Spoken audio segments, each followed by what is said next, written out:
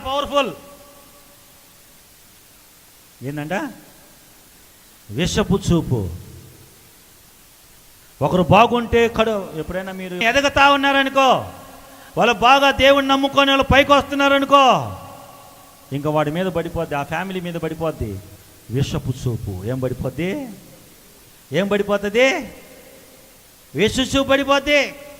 నాకంటే వెనకొచ్చింది, నాకంటే ముందు వచ్చి, నాకంటే వెనకొచ్చాడు, వీడు బాగా దీవించబడుతున్నాడే అని వాడి గురించి, వాడి వీక్నెస్ల గురించి, వాళ్ళ ఫ్యామిలీ గురించి బ్యాడ్గా మాట్లాడుతూ మొదలు పెడతారు.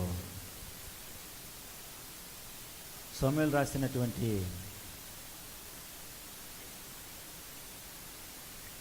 మొదటి గ్రంథము 18:9 చదువుదాం. కాబట్టి నాట నుండి సౌలు దావీదు మీద విషపు చూపు నిలిపెను. కాబట్టి నాట నుండి సౌలు దావీదు మీద విషపు చూపు నిలిపెను. ఏం తప్పు చేశాడండి దావీదు? ఏం పొరపాటు చేశాడని సౌలు రాజు దావీదు మీద చంపాలని, హతమార్చాలని విషపు చూపు కలిగినాడు? దావీదు మేలే చేశాడు. చెప్పండి నోరు తెరిసి.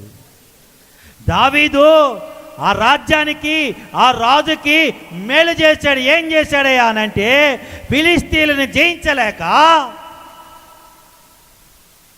ఆ గొల్యాతుని జయించలేక, వాళ్ళు ప్రాణభయముతో ఒక ప్రాంతాన ఉన్నప్పుడు దావీదు విజయాన్ని ఇచ్చాడు. దావీదు ఇశ్రాయేలు పక్షమున, సౌలు పక్షమున యుద్ధము చేసి ఆ ఫిలిష్తీయుల చేతుల నుండి, ఆ ఫిలిష్తీయుల వశములో నుండి ఇశ్రాయేలు ప్రజల్ని, సౌలు రాజుని విడిపిస్తే, ఆ తప్పు చేశాడా, మేలు చేశాడా? కీడు చేశాడా, అపకీర్తి చేశాడా? రాజ్యాన్ని బానిసత్వంలో నుంచి విడిపించి ఆ రాజ్యాన్ని ఆ మంచి స్థితిలోకి తీసుకొచ్చిన దావీదు మీదకి సౌలు మనసు మారిపోయింది. సౌలు యొక్క మనస్తత్వం మారిపోయింది.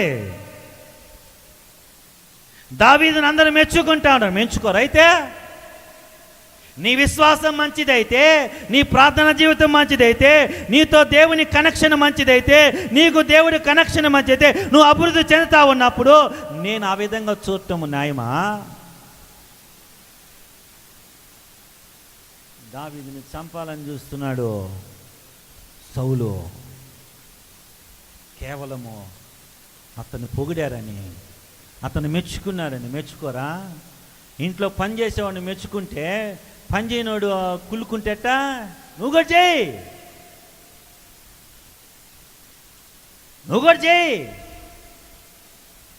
విషపు చూపు. చెప్పండి, ఈ చూపు ద్వారా సౌలు ఏమైపోయాడు తెలిసినా? తన కత్తితో తానే